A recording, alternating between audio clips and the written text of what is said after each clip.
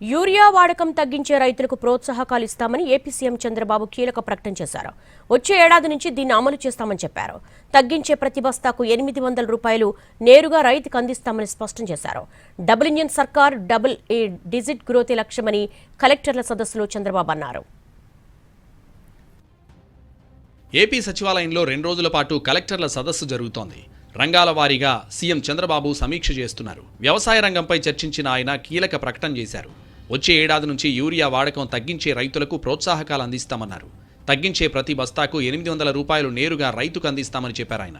Urea ఎక్కువ వాడడం వలన క్యాన్సర్ వస్తుందని, దీని వాడకంపై రైతుల్లో చైతన్యం తీసుకురావాలని చంద్రబాబు సూచించారు. యూరియా ఎక్కువ వాడితే ఎక్కువ పంట వస్తుందనుకోవడం సరికాదని, దీని అతి వాడకంపై పంజాబ్ను కేస్ స్టడీగా చూడాలన్నారు. ఓవైపు అభివృద్ధి చేస్తూనే మరోవైపు సంక్షేమ కార్యక్రమాలు కొనసాగిస్తామని చంద్రబాబు తేల్చి చెప్పారు.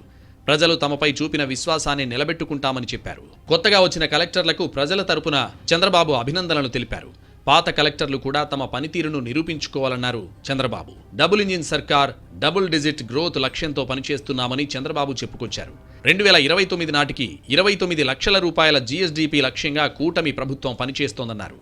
అప్పటికి 4.67 లక్షల రూపాయల తలసరి ఆదాయం లక్ష్యంగా పనిచేయాలని పిలుపునిచ్చారు. ఆర్థిక అసమానతలు తగ్గించేందుకు P4 తీసుకొచ్చామన్నారు ఆయన. ప్రధాని, సీఎం తర్వాత కలెక్టర్లే అత్యంత కీలకమైన వ్యక్తులని, ప్రభుత్వ విధానాలను సక్రమంగా అమలు చేసే బాధ్యత కలెక్టర్లదేనని అన్నారు చంద్రబాబు.